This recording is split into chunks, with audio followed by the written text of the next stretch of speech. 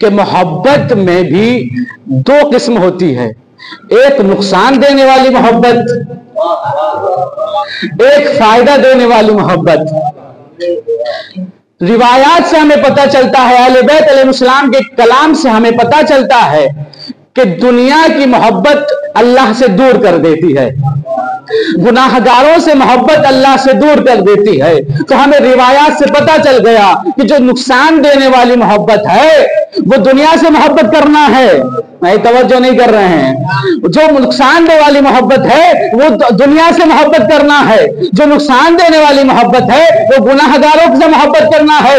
بھیا ہمیں نقصان دینے والی تو پتہ چل گئی، کیا کوئی فائدے والی بھی پتہ ہے؟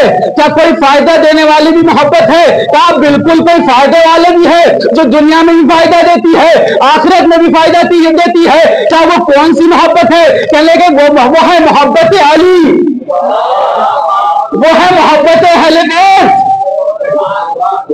کہا بھئی یہ دلیل کیا ہے؟ کہا دلیل یہ ہے کہ رسول خدا نے فرمایا تھا بسم اللہ الرحمن الرحیم، رسول فرماتے ہیں کہ من مات علی حب آل محمد مات شہیدا، جو شخص اہل بیت علیہ السلام کی محبت میں مر جائے وہ شہید مرتا ہے۔ ہائے ہائے ہائے، جو اہل بیت علیہ السلام کی محبت پہ مرتا ہے، ضامن بھائی توجہ کیجئے گا، جو اہل بیت علیہ السلام کی محبت پہ مرتا ہے وہ شہید مرتا ہے۔ اور قرآن کہہ رہا ہے وَلَا تَحْسَبَنَّ الَّذِينَ قُتِلُوا فِي سَبِيلِ اللَّهِ أَمْوَاتًا بَلْ أَحْيَاءٌ عِندَ رَبِّهِمْ يُرْزَقُونَ۔ اے ایمان والو دیکھو، جو شہید ہوتا ہے اس کو مردہ نہ سمجھنا بلکہ اپنے رب سے وہ رزق پاتا ہے۔ تو ہمیں اہل بیت علیہ السلام کی رسول کی حدیث سے پتہ چل گیا، جو اہل بیت علیہ السلام سے محبت کر کے مرتا ہے وہ شہید ہوتا ہے۔ قرآن نے بتا دیا وہ شہید ہوتا ہے، وہ زندہ ہوتا ہے، مردہ نہیں ہوتا۔ ہمیں پتہ چل گیا کہ جو اہل بیت علیہ السلام سے محبت کر کے مرتا ہے وہ مرنے کے بعد بھی زندہ ہے، جو اہل بیت سے دشمنی کرتا ہے وہ زندہ رہ کے بھی مردہ ہے۔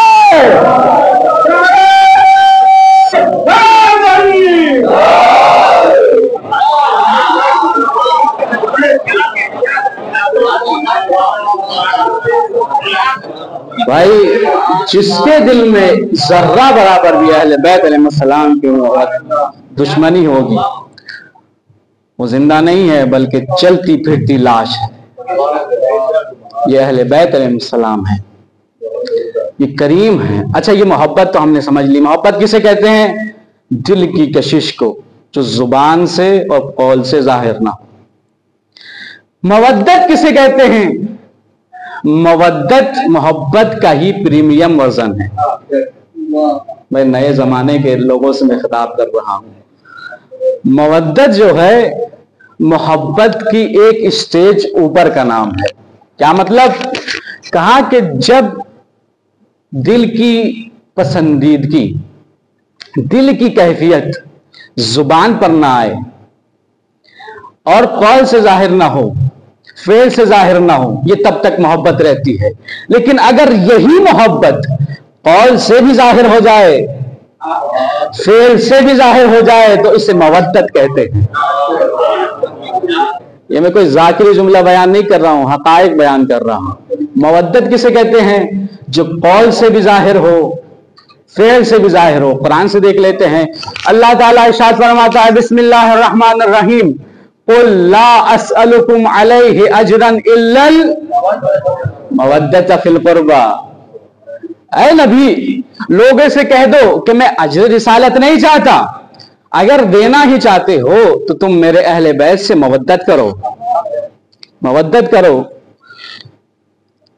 اب جو ہمارے ذہن میں سوال آیا کہ بھائی اللہ نے کہا ہے کہ رسول کے قرابت داروں سے مودت کرنی ہے، پہلا سوال تو یہ ہے کہ یہ قرابت دار ہے کون؟ سوال یہ ہے کہ یہ قرابت دار کون ہے؟ جو ذہن میں ہمارے سوال آیا ہے 1400 سال پہلے بھی کسی کے ذہن میں آ گیا تھا۔ اس نے کہا یا رسول اللہ یہ قرابت دار ہے کون؟ رسول نے فرمایا ہم علی و فاطمۃ و ولدہما۔ قرابت داروں سے مراد علی ہیں، فاطمہ ہیں اور ان کے بچے ہیں۔ قابل غور بات یہ ہے کہ رسول نے ولداہما نہیں کہا۔ عربی فہم الفاظ، عربی فہم مجمع بیٹھا ہوا ہے، تثنیہ کا صیغہ استعمال نہیں کیا،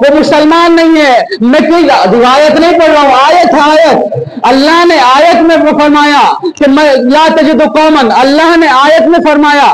آیت کے بارے میں علامہ امجد جوہری کہتے ہیں کہ مجھے تو روایت پڑھنی چاہیے کیونکہ میں نے تھوڑا کہا تھا کہ مجھے قرآن کافی ہے, مجھے تو روایت پڑھنی چاہیے. پھر میں آیت پڑھ رہا ہوں. آیت ہے کہ اے نبی تم کسی ایسی قوم کو نہیں پاؤ گے جو اللہ پر بھی ایمان رکھتی ہو, یوم قیامت پر بھی ایمان رکھتی ہو, اور اللہ اس کے رسول سے کے دشمنوں سے محبت بھی کرتے ہو. تو پتہ چلا جو رضی اللہ, قاتل کو بھی رضی اللہ کہتے ہیں, مقتول کو بھی رضی اللہ کہتے ہیں, تو پتہ چل گیا کہ وہ اصل میں اللہ پہ ایمان نہیں رکھتے, اور جو اللہ پر ایمان نہیں رکھتے وہ مسلمان نہیں ہوتے, کافر ہوتے ہیں. توجہ, جو اللہ پر ایمان نہیں رکھتے وہ کافر ہوتے ہیں. تو پتہ چل گیا ہمیں 1400 سال سے سننا پڑ رہا ہے شیعہ کافر ہے, شیعہ کافر ہے, شیعہ کافر ہے. دنیا والوں قرآن کے لحاظ سے شیعہ کافر نہیں ہے, رضی اللہ والے کافر ہیں.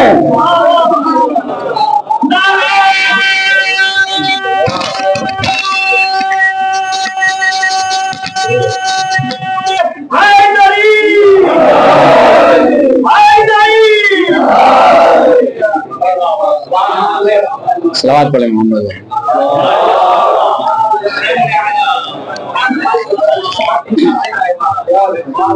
بھائی قرآن سے ثابت کیا ہے. قرآن محبت کسے کہتے ہیں, مودت کسے کہتے ہیں. بس آخری بات اور اس کے بعد آپ کی زحمت تمام. جب ہم نے محبت سمجھ لیا اور مودت سمجھ لیا تو سوال آتا ہے ولایت کسے کہتے ہیں. ولایت محبت کو نہیں کہتے, دل کی کیفیت کو نہیں کہتے, بلکہ ولایت کہتے ہیں کسی کو اپنا ولی تسلیم کرنا, کسی کو اپنا حاکم تسلیم کرنا, کسی کو اپنا سرپرست تسلیم کرنا. یعنی اس کا جو بھی کلام ہو, جو بھی حکم ہو, جو بھی قول ہو, بغیر سوال کیے اس کو تسلیم کرنے کا نام ہے ولایت. توجہ ہے کہ نہیں؟ بغیر چوں چرا کیے ہوئے ولی کی بات ماننے کا نام ہے ولایت. یعنی اپنے تمام اختیارات ولی کو دے دینا اور ولی کے تمام اختیارات کو قبول کرنے کا نام ہے ولایت. نہیں, توجہ کرتے رہیے گا. یعنی اپنے تمام اختیارات ولی کو دے دینے کا نام ہے ولایت. اپنے تمام اختیارات ولی کو دے دینے کا نام ہے ولایت. جو لطف میں لے رہا ہوں شاید آپ بھی لے سکے. اپنے تمام اختیارات ولی کو دے دینے کا نام ہے ولایت. امام نے فرمایا خدا کی قسم اللہ نے کسی کو نبی تب تک نہیں بنایا جب تک اس نے ہماری ولایت کو قبول نہ کر لیا ہو.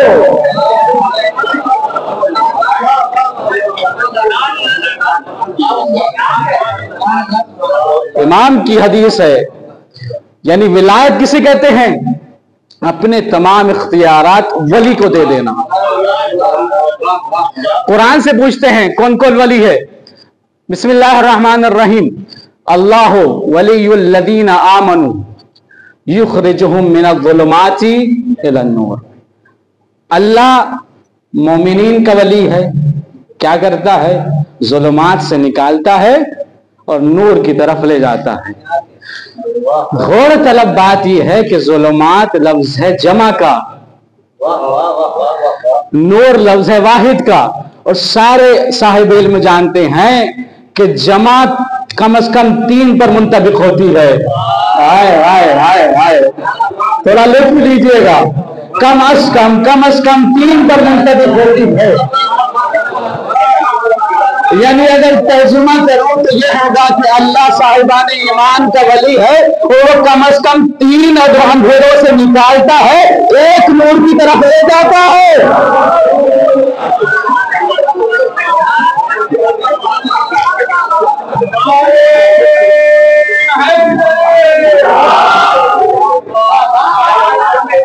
سلامت خدا سلامت رکھے میرے بھائی کو. اللہ تو ہمیں پتہ چلا قرآن کی آیت سے کہ ولی کون ہے. سب سے پہلے ہمیں پتہ چل گیا اللہ ہمارا ولی ہے. دوسری آیت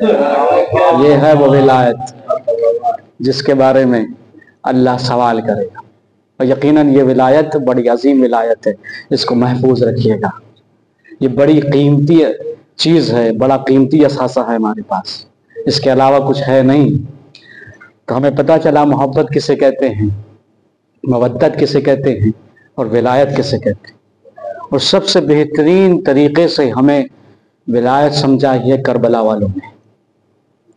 کربلا والوں نے اپنا پورا اختیار امام حسین کو دے دیا تھا۔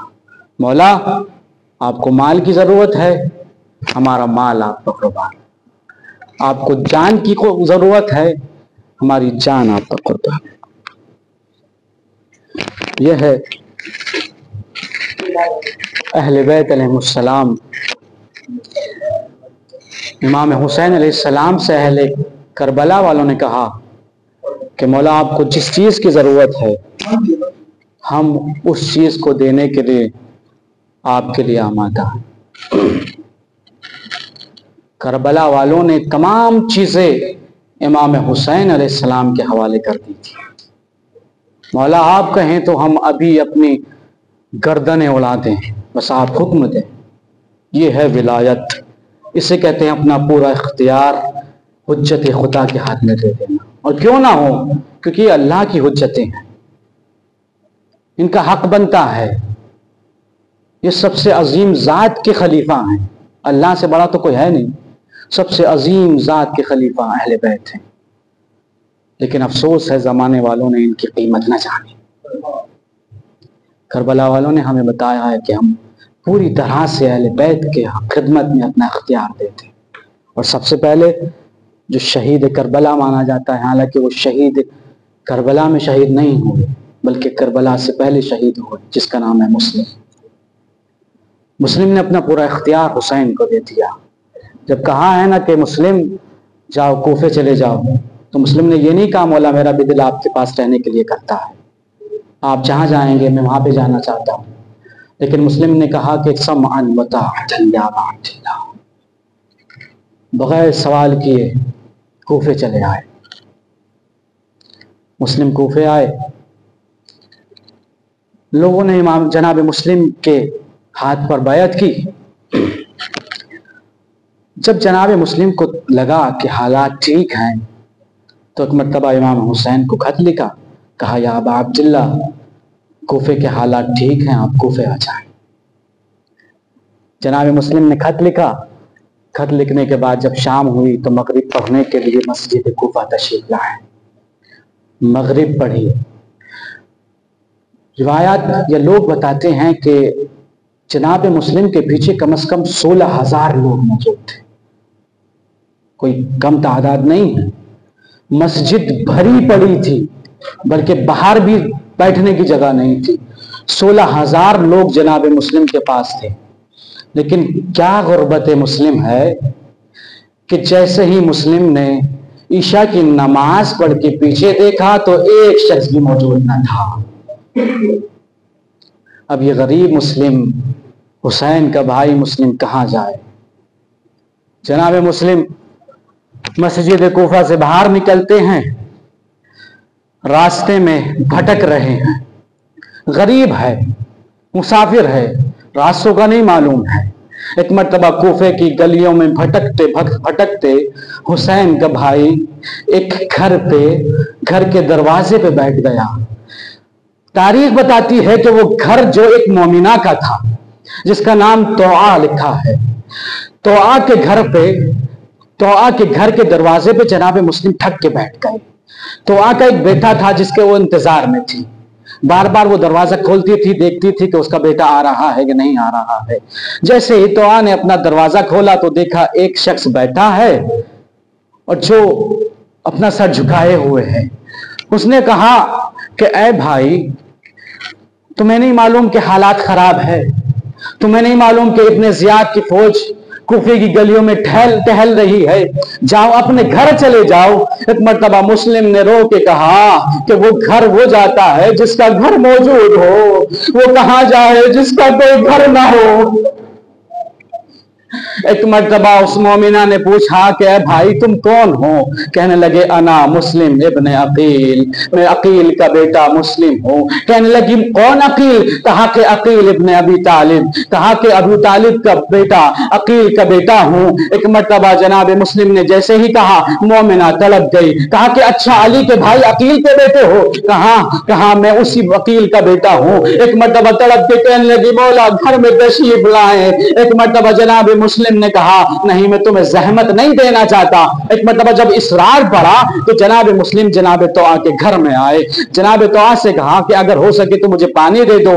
پانی لے کے آئی، وضو کیا اور تہجد پڑھنے لگے، کیونکہ جناب مسلم ابھی مغرب اور عشاء پڑھ کے آئے تھے۔ تہجد پڑھنے لگے۔ ایک مرتبہ صبح نمودار ہوئی، کیا سنتے ہیں کہ کچھ لوگوں کی آوازیں آ رہی ہے، گھوڑوں کی ٹاپوں کی آوازیں آ رہی ہے۔ ایک مرتبہ جناب مسلم نے زرہ کو پہنا، تلوار کو سنبھالا۔ ایک مرتبہ باہر جانا چاہتے تھے، مومنہ نے روک لیا، کہا آقا باہر نہ جائیے۔ مسلم نے کہا کہ میں تمہارے احسان کا بدلہ ایسے نہیں دینا چاہتا۔ شاید جناب مسلم کے ذہن میں پردے کا خیال ہو، میں کہوں گا اے مسلم یہی کوفہ ہوگا، یہی سرزمین کربلا ہوگی، شام غریبہ ہوگی، علی کی بیٹی کی چادر اجرکم علی الزہرا۔ ایک مرتبہ جناب مسلم باہر تشریف لائے، جنگ کرتے جاتے ہیں۔ تاریخ بتاتی ہے کہ جناب مسلم کو قید کرنے کے لیے 3 مرتبہ فوجوں کو بلایا گیا۔ جب ابن زیاد نے پوچھا نا کہ 3 مرتبہ فوجوں کو بلا لیا اور ایک شخص کو تم نہیں پکڑ پا رہے ہو، تو سپہ سالار نے کہا کہ یہ کوئی کوفے کا بقال نہیں ہے، یہ مسلم ابن عقیل ہے۔ المختصر یہ کہ جناب مسلم کو دھوکے سے قید کر لیا گیا، جناب مسلم کو دربار میں لایا گیا۔ ایک مرتبہ جناب مسلم جیسے ہی دربار میں آتے ہیں، جناب مسلم نے کسی کو سلام نہیں کیا۔ کسی نے کہا کہ تم نے امیر کو سلام نہیں کیا؟ مسلم نے کہا میرا حسین کے علاوہ کوئی امیر نہیں ہے، میرا حسین کے علاوہ کوئی امیر نہیں ہے۔ ایک مرتبہ ابن زیاد نے کہا تم چاہے سلام کرو نہ کرو ہم تمہیں قتل کر دیں گے۔ ایک مرتبہ مسلم نے کہا تم مجھے قتل کر دو، لیکن ایک میری وصیت ہے کہ میرے آقا حسین کو خط لکھ کے کہہ دینا کہ وہ کوفے نہ آئے، کہیں ایسا نہ ہو کہ کوفے والے میری طرح مجھے میرے مولا سے دغا کر دے۔ ایک مرتبہ کسی نے کہا مسلم تمہارے حسین تو عباس کے ساتھ ہے۔ مسلم نے روکے کہا مجھے عباس کی فکر نہیں ہے، میرے آقا حسین زینب کے ساتھ۔ اجرکم علی الزہرا۔ المختصر یہ کہ جناب مسلم کو شہید کر دیا گیا۔ ایک مرتبہ جناب امام حسین علیہ السلام ادھر جیسے ہی تمام منظر کو دیکھ چکے، جناب امام حسین کو یہ خبر ملی، جناب امام حسین کا چہرہ متغیر ہوا۔ جناب عباس سے کہتے ہیں بھیا عباس جناب بہن زینب کو بلا دو۔ جناب زینب آئی، کہا بھیا کیا آپ نے مجھے یاد فرمایا ہے؟ کہا بہن زینب کوفے سے کوئی اچھی خبر نہیں آئی ہے۔ کہا کہ بہن زینب ذرا رقیہ کو بلا دو۔ ایک مرتبہ جناب رقیہ آئی، جناب عاتقہ کا ہاتھ پکڑا ہوا تھا۔ جیسے ہی جناب امام حسین نے جناب رقیہ کو دیکھا کہ جناب عاتقہ کو لا رہی ہے، مسند سے کھڑے ہو گئے۔ ایک مرتبہ احترام کیا، جناب زینب سے کہا بہن زینب شب عید ہے، ذرا میری صندوق لے آؤ، میں عاتقہ کو خود اپنے ہاتھوں سے تیار کروں گا۔ ایک مرتبہ امام حسین نے صندوق سے گوشواروں کو نکالا، جناب عاتقہ کو پہنایا، ہاتھ سے سر پہ ایک مرتبہ ہاتھ کو سر پہ پھیرا۔ جناب امام حسین کا یہ فعل ایک چھوٹی بچی دیکھ رہی تھی جس کا نام سکینہ تھا۔ جناب سکینہ نے سمجھا کہ شاید کوئی جب یتیم ہوتا ہے تو اس کو پیار کیا جاتا ہے، لیکن عائشہ غریبہ جب حسین قتل ہو گئے تب اس سکینہ کو تماچے لگے، تب اس سکینہ کے گوشوارے چلے۔ فرات پر اٹھ کر کے کہا چچا میں یتیم ہو گئی، مجھے کوئی پیار کرنے والا نہیں ہے۔ الا لعنۃ اللہ علی القوم الظالمین وسيعلم الذين ظلموا أي منقلب ينقلبون. إنا لله وَإِنَّا إِلَيْهِ راجعون۔ گزارش ہے ایک مرتبہ سورہ حمد اور 3 مرتبہ قل هو اللہ کی تلاوت فرما کر مرحومین کی ارواح کو صاف فرمائیں۔